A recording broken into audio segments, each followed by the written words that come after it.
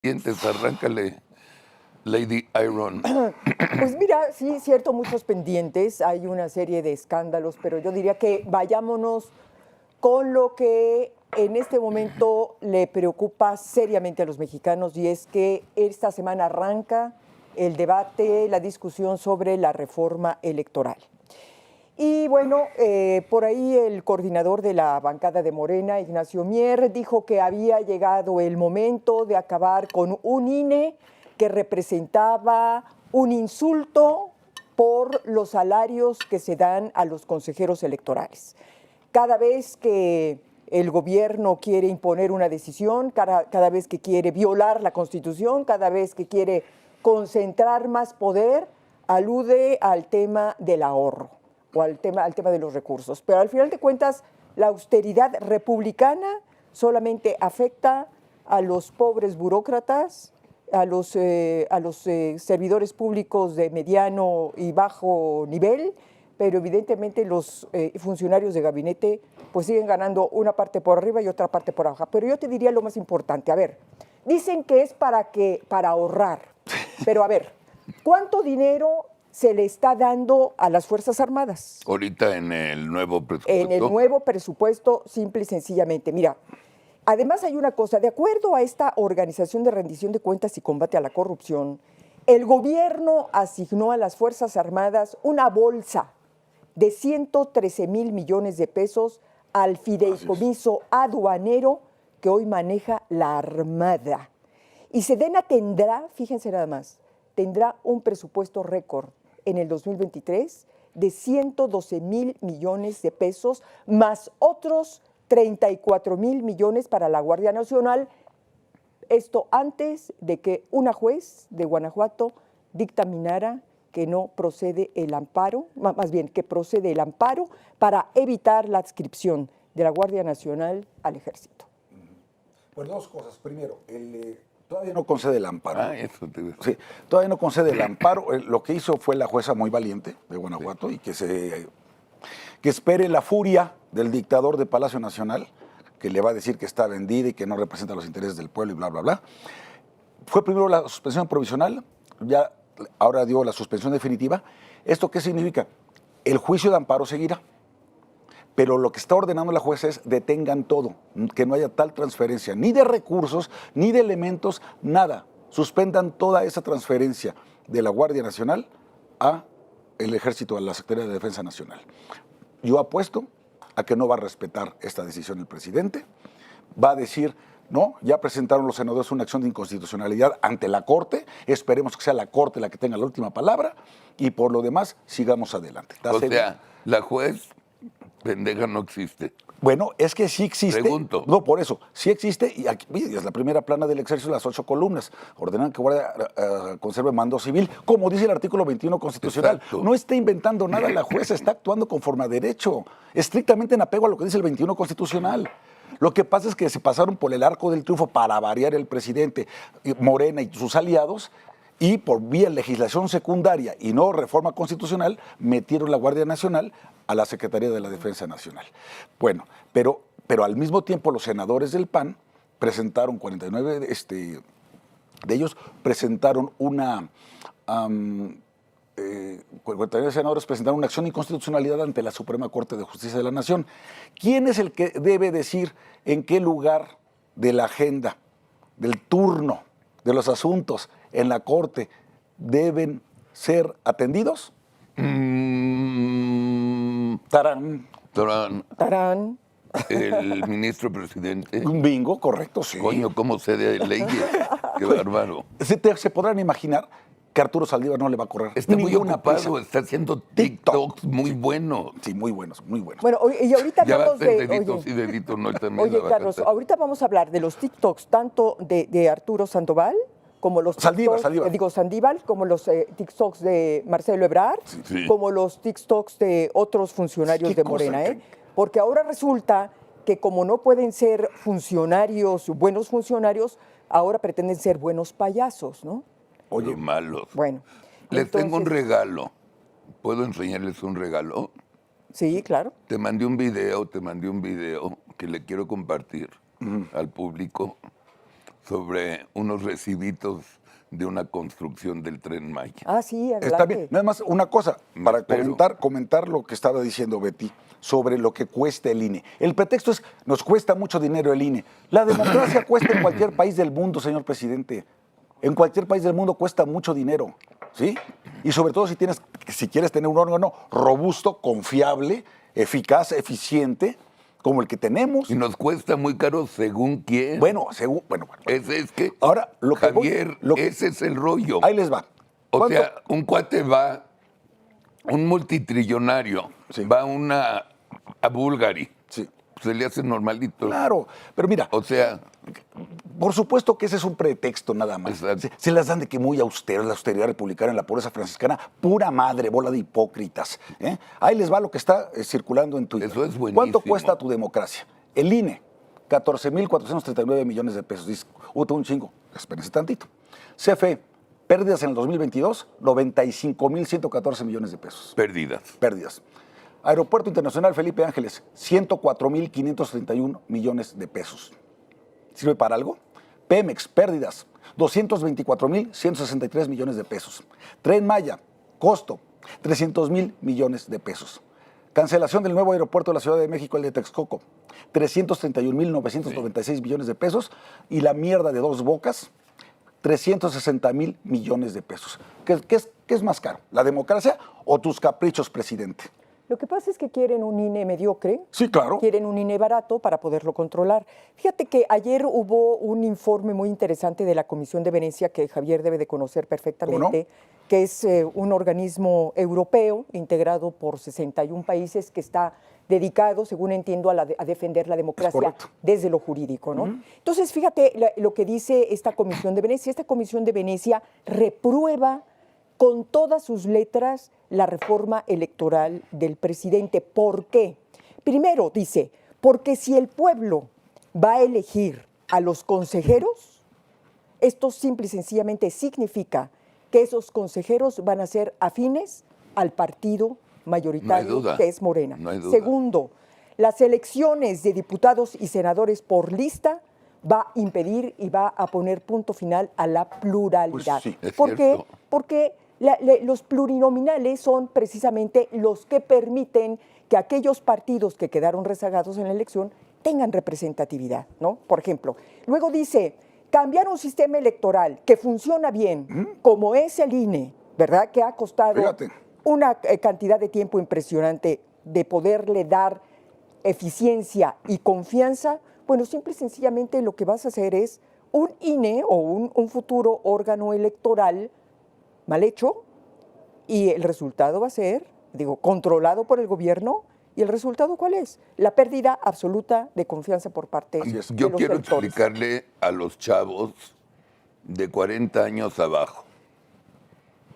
México era, como lo está proponiendo López Obrador, era un partido homogéneo, había de broma un partido que competía que era el PAN, pero no era comparsa del PRI, era un partido muy pequeño comparado con el PRI por oposición. Luchador, honesto, claro. ético. Y luego ya no importan los demás. Durante 72 años, todos luchamos para democratizar el país. Durante 72 años ganó un candidato del PRI que ponía el presidente como candidato. La democracia entre candidatos no existía nada. Nos movimos muy lentos. ¿Cómo era la dictadura perfecta, según así lo dijo Mario Vargas Vargas Llosa. Llosa? Claro.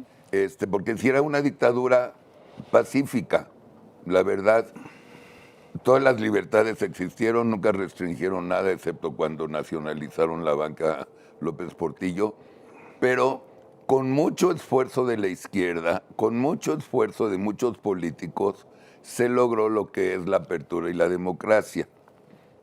El que tuvo una visión muy clara, con los ojitos bien abiertos, se llamó Ernesto Zedillo, que no siendo el más priista de la historia, dijo hasta aquí se llega y se respeta una elección, inclusive se apoyó con simpatía la candidatura de Fox. Vicente fue el primer presidente de oposición. Y empezaron a ver, se deshizo el PRI, se inauguró el PRD con valientes de la izquierda que ahora la mayoría ya están en Morena traicionando al partido que fundaron, pero hubo democracia, que es lo que este canal está defendiendo desde el día 1 que abrimos. Entonces, para que ustedes entiendan el pedote que hay, es que López Obrador, un pinche retrógrada del año 60 que fue priista toda su vida, quiere regresar. De la cuaternaria, más bien. Ujú. De la era de la Pues sí, o cuaternaria. del hielo. o del hielo también. ¿No? Y nosotros, los que vivimos todo esto, toda esta transición, no permitimos y estamos luchando para no regresar a una democracia perfecta, a la antigua, porque el mundo ya cambió y el mundo está globalizado. Tenemos unos socios, los más importantes en el mundo, y no deberemos estar viviendo la tragedia que estamos viviendo en México. Eso es lo que estamos Es correcto, lo discutiendo. dijiste espléndidamente, pero además te voy a decir una cosa. Yo diría que además de nosotros los electores y los ciudadanos, que por supuesto tenemos que empezar a salir a defender al INE, la autonomía del INE, yo les diría que los principales o uno de los principales interesados en defender al INE deberían de ser los partidos políticos de oposición. Por supuesto. Porque con esta reforma electoral que propone López Obrador, esto significa simple y sencillamente la desaparición de los otros partidos para volver a ese partido único del cual te estás refiriendo. Y en sus tiempos más duros, Carlos? En los tiempos más duros del PRI, significaría ese regreso con esta reforma electoral, más todo lo que significa. Entonces, esto es lo que está en juego. Eso es lo que está en juego. Ayer en cenando con Enrique Lamadrid, Mario no pudo llegar, hablamos de la reforma. Vean cenando, porque explica muy bien Enrique, mucho mejor que yo. Pero en esencia, que hay sugerencias de varios partidos, de algunas cláusulas de reformar el INE para bien. Perdón. Pero las primeras 3 son una basura, que son las que no hay que permitir que pasen. O sea, están hablando, el PAN ha puesto como 4 sugerencias muy buenas. Va a haber 100, a ver, son exacto, hay como hay 100 muchas. propuestas, 100 iniciativas distintas.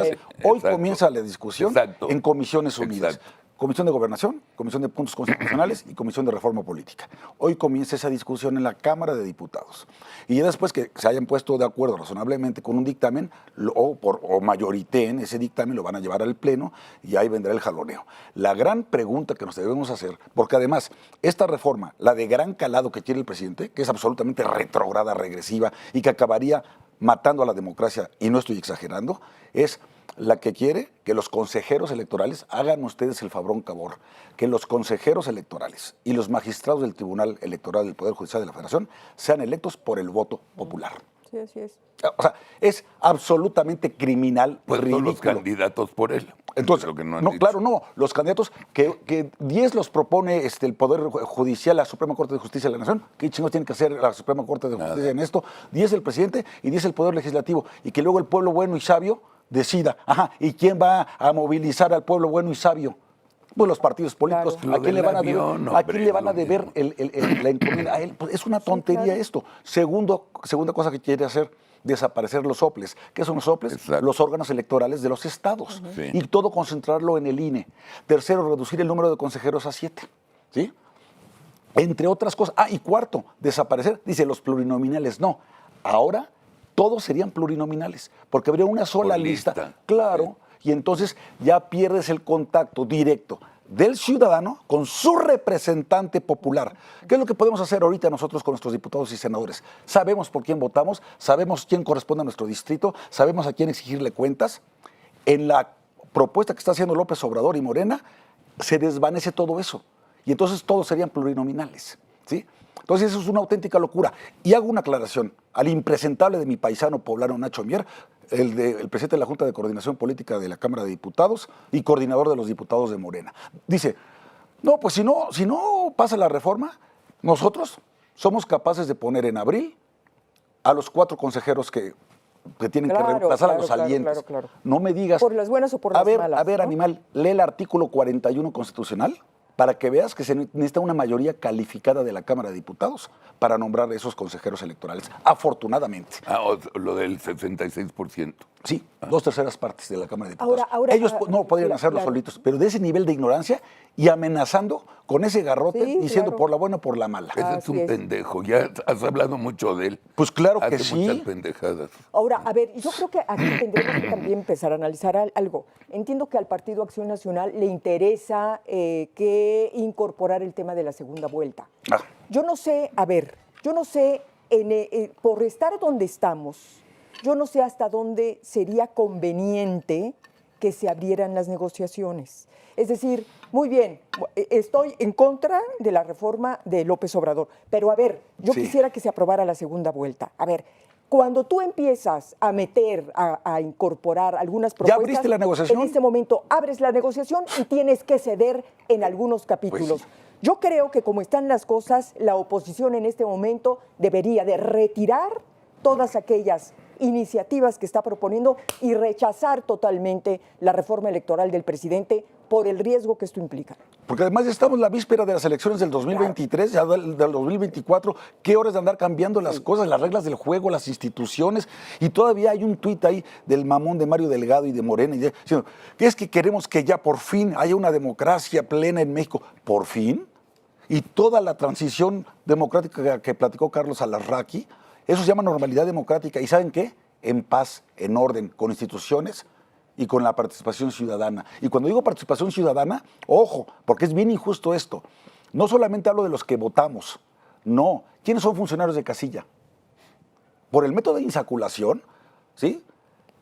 Eligen a ciudadanos que tienen que acudir ese domingo en la jornada electoral a ser los encargados de recibir las credenciales, revisar que es la identidad de la persona, recibir las boletas que se depositen en las urnas, firmar el acta, dar cuenta de todo. Son ciudadanos, como todos nosotros.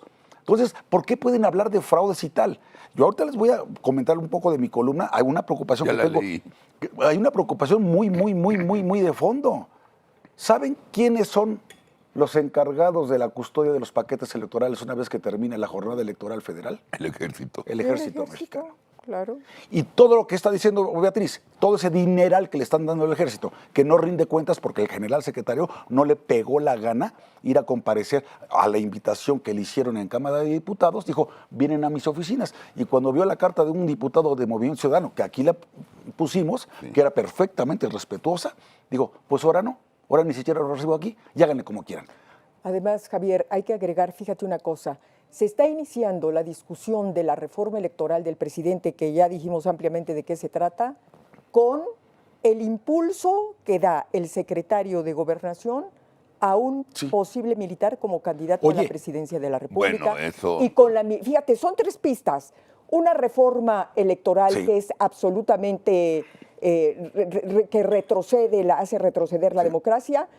Por el otro lado, estás promoviendo a un militar como candidato a la presidencia de la República y por el otro lado le estás dando todo el dinero y todo el poder político a las Fuerzas Armadas. Así es. ¿Cómo se le llama esto? ¿Cómo se llama la ensalada? Perdón. Pues sí. Pero además, otra vez, Adán Augusto, ya sé que eres ignorante, disimula, carajo. O sea, ¿qué no has leído el 82, fracción quinta de la Constitución? Un militar en activo no puede ser presidente de México. Punto. Punto. Entonces no digas, se tiene que someter a las urnas. No se te puede someter a las urnas un militar, cabrón. Y no andes dando ideas, ¿sí? Porque es el peor de los mundos. No rinden cuentas porque es seguridad nacional. Se quedan con todo ese dinero y ¿ustedes creen que son incorruptibles los militares? Claro que no, Javier, pero además hay que preguntarnos por qué saca esto el secretario ¿Por qué de lo Gobernación. hace? A ver, ¿lo hace por motu propio o lo hace porque el presidente le ordenó? El presidente le ordenó, agárrate a madrazos, yo descanso. Pero ¿para qué, Carlos? A ver, lo importante es el ruido que está generando esto en general, pero el ruido sobre todo que está generando esto hacia adentro de las Fuerzas Armadas, porque estás generando, estás provocando, estás despertando ambiciones. Claro. Ambiciones que muy peligrosas por tratarse de quien se trata. Ahora, ruido en las Fuerzas Armadas porque además, yo te diría una cosa, lo peor de todo esto, cuando los militares tienen ambiciones políticas, toman partido. Claro. Como cualquier ciudadano, toman partido. Entonces, aquí vamos a tener a Fuerzas Armadas, una parte del lado de Morena, otra parte del lado de Acción Nacional, otra parte de... Y acabaste con la unidad del cuerpo militar y del cuerpo armado. Las Fuerzas Armadas, ¿por qué son admirables y respetables? Por su disciplina, institucionalidad y lealtad. ¿Frente a quién? Frente al Estado mexicano, ¿sí? No frente al político en turno en el poder, no frente al presidente de la República. Una cosa es que sea el comandante supremo de las Fuerzas Armadas para efectos de seguridad nacional y seguridad interior, y otra cosa es que sueltes a las Fuerzas Armadas a hacer tareas de seguridad civil, ¿sí? De seguridad pública, que es estrictamente civil. Hasta el 2028 les des tanto dinero, tanta opacidad y encima coquetees con la idea de que puede ser presidente de México uno de ellos. Me cae que no tienen madre, son una punta de irresponsables. Y como les digo, cosa que no habíamos visto, pero yo ya chequé la ley de instituciones y procedimientos electorales, ¿sí? Y es el ejército el que se queda con los paquetes. Claro. Del día de la elección, que es el domingo, a que comience el cómputo distrital, que es el miércoles, todo ese tiempo y el traslado de los paquetes está a cargo del Pues sí, ejército. y ya tenemos un ejército que milita en Morena, ¿no? Entonces, si tenemos un ejército que milita en Morena, ¿qué tan confiable va a ser Absolutamente depositar en no. sus manos ¿No vieron esos un paquetes general de electorales? brigada aplaudiendo en una junta de Morena? Claro, nada más el general Bucio. Ese. Ah, pues el de la Guardia El Nacional. titular de la Guardia Nacional. ¿Cómo es? Pero Era un fíjate, acto de Morena. Pero, Exacto. ¿se acuerdan de esta frase? El presidente dice mucho y repite mucho la frase, avienta en la piedra y esconde en la mano. No, él es el que avienta piedras y esconde la mano, lleva de responsabilidades.